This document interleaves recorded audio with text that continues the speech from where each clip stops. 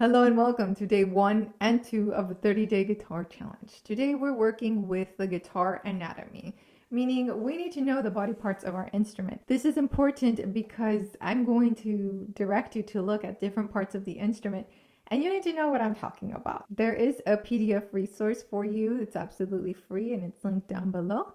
So let's get started. If you would like to join a live class via Zoom, join my Patreon community. We are meeting every week, and if you can't make the live lesson, there is a replay, and we're going to be doing everything that's in the challenge and taking it a step beyond.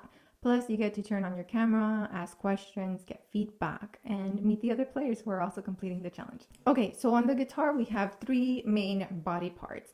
You have the headstock, kind of like you, the neck, also like you, and the body, also like you. So those 3 parts are pretty easy to remember. On the headstock, we have the tuning machines or tuning pegs. I've heard both used, so I will usually refer to them as tuning pegs. If you're absolutely new to string instruments, it's really interesting to see and follow along from your bridge, we'll get to in a second, all the way up to the headstock and which tuning peg corresponds to which string. So I recommend you do that now. Between the headstock and the neck, we have the nut. The nut is where the strings rest. So that spot where they're resting, that's called the nut. I refer to this as the neck, but on the front of it, you have the fretboard or fingerboard. That's where your fingers go. So pretty easy to remember. On the fingerboard, you have the frets. These are fret wires. Every guitar out there should have these. I've seen some that don't, but yours probably has them, and these are fret markers. This one doesn't have it on the fingerboard or fretboard itself, but it has them on the side. And that's a really good place to have them because when you're holding the instrument, you should be looking at those side dots and not at the fretboard. If you're looking at the fretboard while you're playing, we need to fix that. Your guitar may have a cutaway like mine does.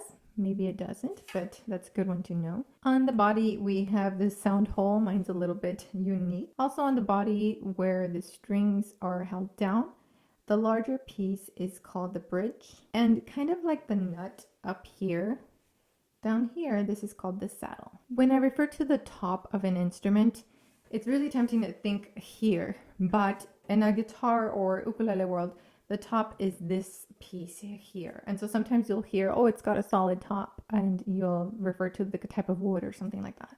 So this is called the top. And if you can take one thing away from today's lesson, one thing, I would like it to be for you to memorize the names of your strings. So closest to your face is E, then A, then D, G, B, and we end with E again. If you have a creative phrase that can help us memorize those strings, comment that down below. I know that it will help all of us. Your homework for today and for tomorrow is to name all of the parts of your instrument without looking at the printable. Another way you could do this is you could ask someone like, hey, point to a part of the instrument and quiz me on it. And if you find a spot that we didn't mention, because the ones I mentioned today are very basic, there are more parts that we could name. But if you're getting help and they point to something that you don't know, like maybe this, it's a good opportunity to look it up. It's called a strap button. Have fun memorizing these terms. Make it fun. Make it fun. Join our Guitarlandia Facebook group. And I forgot to mention, we have an Etsy shop, so check it out. Thank you so much, and I will see you for days 3 and 4. God bless.